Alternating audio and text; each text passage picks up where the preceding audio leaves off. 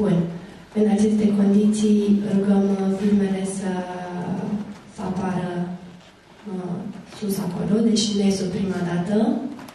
De la NES îl avem pe domnul Daniel Iserciuc și o avem pe domnișoara Loredana Tabac. Ei vor prezenta compania NES. NES, mulțumim pentru suportul în cadrul acestui eveniment.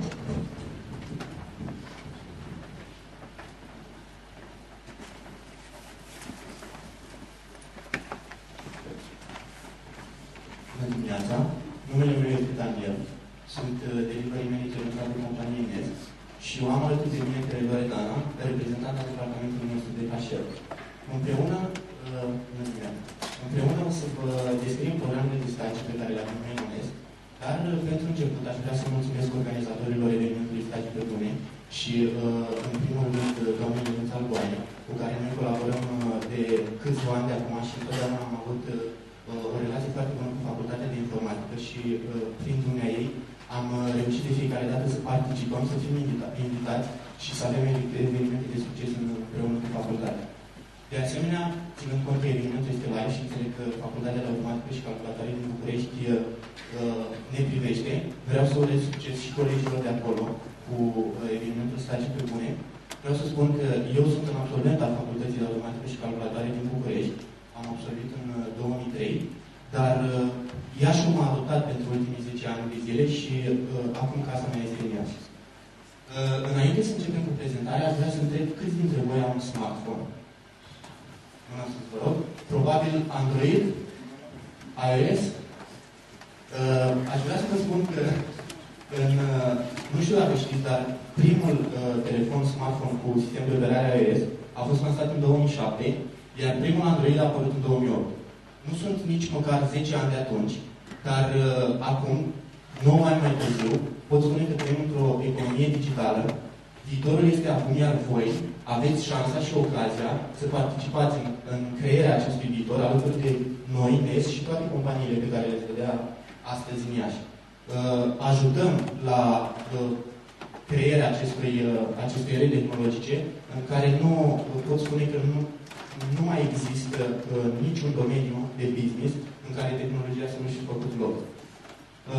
În continuare, aș vrea să vă prezint un filmuleț care descrie puțin compania noastră și misiunea pe care o are NES la nivel global, după care o să vă spun câteva cuvinte despre NES Iași și programele de stagiu pe care le avem anul ăsta. Mulțumesc!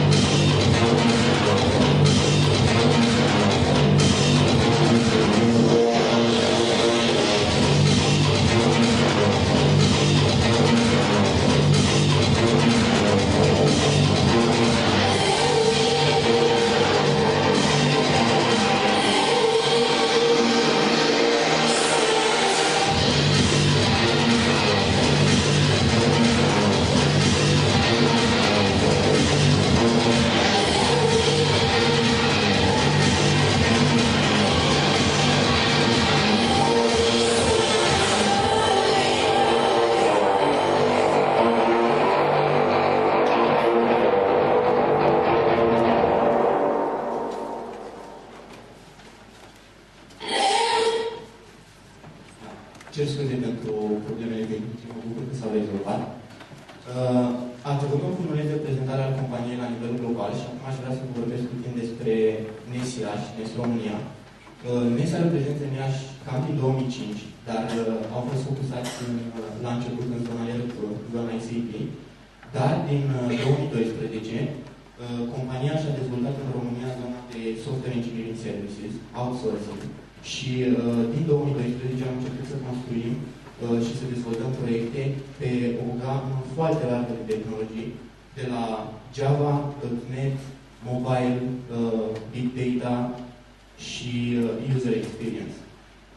În momentul de față suntem aproximativ 200 de colegi în NES și proiectele noastre, ca verticale de business, sunt în majoritatea sectoarelor economice.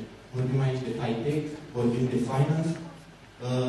Nu pot să menționez în prezentare numele clienților, datorită contractelor de confidențialitate, dar cu siguranță cei dintre voi care veți aplica la stagii și veți ajunge să fiți colegii noștri, veți cunoaște și clienții noștri. Singurul nume pe care îl pot menționa este Tivo. Nu știu dacă ați auzit de Tivo, puteți să dați un search pe Google, dar pot să vă spun că în Statele Unite este unul din primele 5 branduri ca cunoștință în acolo. Și termenul a ajuns să fie asociat cu un verb. Cum spunem Google, așa spun americanii la Tivo. Mergând mai departe, programele noastre de stagii de anul acesta, avem 6 poziții. În zona de Quality Assurance avem o poziție de testare manuală și 2 poziții de testare automată. Aici, pe testare automată, Java Selenium-based, cunoștințele pe care le căutăm la studenții care vor aplica sunt în general cunoștințe de bază.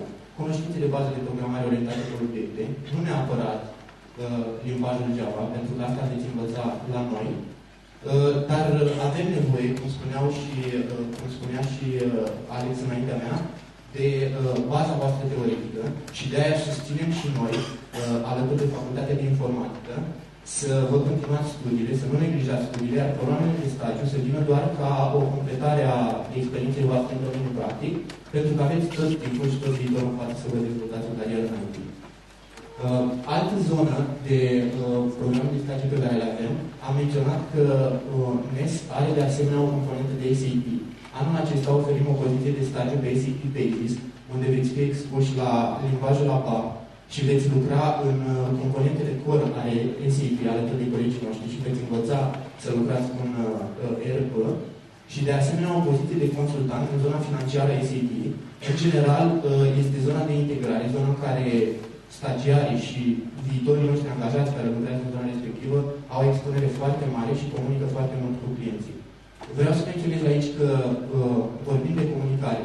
În toate proiectele noastre, interacțiunea cu clienții noștri, care în general, marea lor majoritate sunt clienți străini, necesită cunoștințe conversaționale și scrise de limba engleză la un nivel acceptabil spre avansat, dar nu cred că asta este o problemă pentru niciunul dintre voi. Un alt program de stagiu pe care îl avem este un Junior Sysadmin. Ce presupune Sysadmin? Presupune să interacționați cu toate departamentele interne NES, să ajutați colegii din departamentul IT pentru a rezolva probleme tehnice sau probleme de networking și veți fi expuși la tot ce înseamnă administrare de rețele, servere și infrastructură într-o companie IT. Ultimul nostru program de stagiu, cel din centru, în imagine, este un Junior User Experience Designer.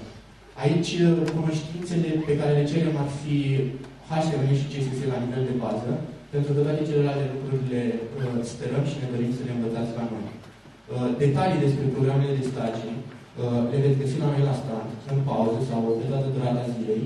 Colega mea, Loredana, vă poate furniza informații despre fiecare program în parte și avem acolo și cred că printate, listate job description-urile fiecărui program de stagiu, așa că nu vreau să intru acum în detalii. O să vă vorbesc puțin despre procesul de recrutare în cadrul stagiilor, care cuprinde 2 etape principale și singure. Va exista o discuție cu HR-ul. În primul rând, primul pas este să aplicați. Așa că am rugat să aplicați ori pe site-ul Stagii pe Bune, ori direct la adresa noastră de e-mail jobs@nes.com. Adăugați acolo CV-ul și scrisoarea voastră de intenție. Veți fi contactat, cel mai probabil de Loredana sau de una dintre colegii noastre de la departamentul de HR. Va exista o discuție cu ei, urmată de o discuție tehnică cu unul din seniorii sau lizii din proiectele pentru care sunt deschise programele de stagiu. După care, după cele două etape, vă calificați pentru poziția de stagiu, veți fi contactați și veți deveni un intern al companiei noastre. De ce ați alege NES? După cum vedeți aici, sunt foarte multe companii și în fiecare an programul Stagii pe Bune oferă foarte multe programe de stagiu. Vă oferim, în cadrul companiei NES, vă oferim posibilitatea să lucrați într-o companie multinațională, să fiți expuși la medii multiculturale, să comunicați și vă dezvoltați foarte mult comunicarea, în primul rând, în limba engleză și interacțiunea cu diverse medii de lucru și medii de business. Vă veți obișnui, pentru că în facultate sunt convins că sunteți implicați în proiecte, individual sau în echipă, și aveți expunere la ce înseamnă munca distribuită, dar într-o companie veți vedea că lucrurile stau puțin diferit. Noi, ca NES, în marea majoritate a proiectelor noastre, folosim metodologie agile, cu care sper, probabil că sunteți familiarizați, dar dacă nu veți avea ocazia să le învățați la noi. Și un lucru foarte important, poate cel mai important pentru voi în programele de stagiu, vă veți construi o rețea de networking și vă veți îmbunătăți un CV care să vă pregătească la sfârșitul anilor de studiu și a masterului. Sper că majoritatea dintre voi să urmeze și în programul de master și să-l terminați, să dați lucrarea de dizertație. Și CV-ul vostru cu programele de stagiu pe care le promovăm noi vă va ajuta foarte mult în găsirea unui job ulterior. Nu înseamnă doar să înveți, înseamnă și să te distrezi. Noi am implicat în fiecare an stagiarii noștri în toate evenimentele pe care le avem, evenimente de team building la nivel de companie.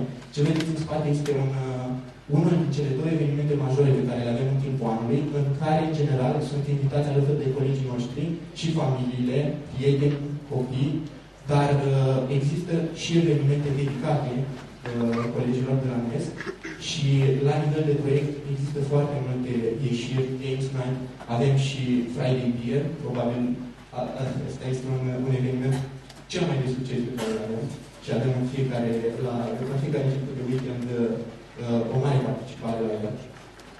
În al treilea rând, suntem foarte uniți și ne plac competițiile. Ce vedeți în spate este evenimentul Ice Bucket Challenge, cu care probabil sunteți familiari. A fost viral la un moment dat. Îmi aduc aminte că era o zi foarte friguroasă la începutul lunii iunie, dar cu toate astea am rezistat la sfârșit și pentru o poză. Provocarea mi-a fost făcută de compania Indava, probabil avem colegi de la Indava aici.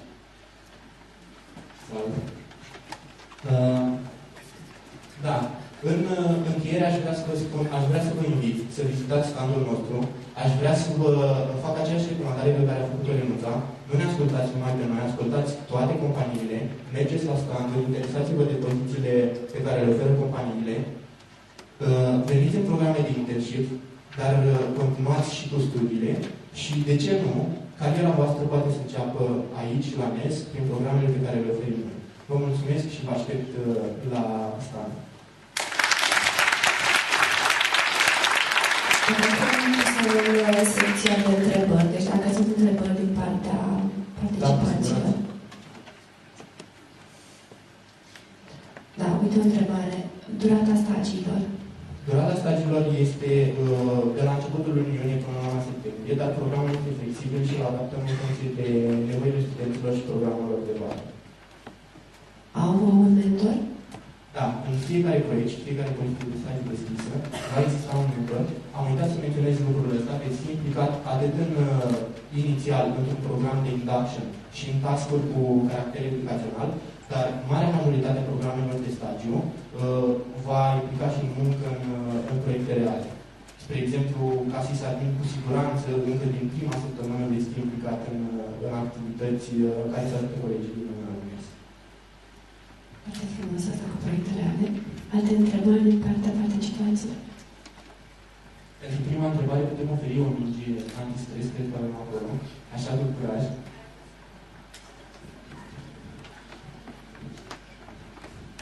Vă rog, puteți să puneți întrebările și la stand. Deci cine e stresat să pună o întrebare?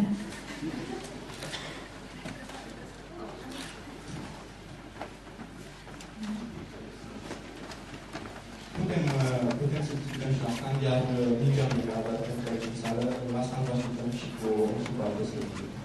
Mulțumim încă o dată, Daniel, și doar o simplă observație fac. La stand veți găsi descrierea, nu job description, ci internship description. Internship description. Ok, mulțumesc. Mulțumim încă o dată.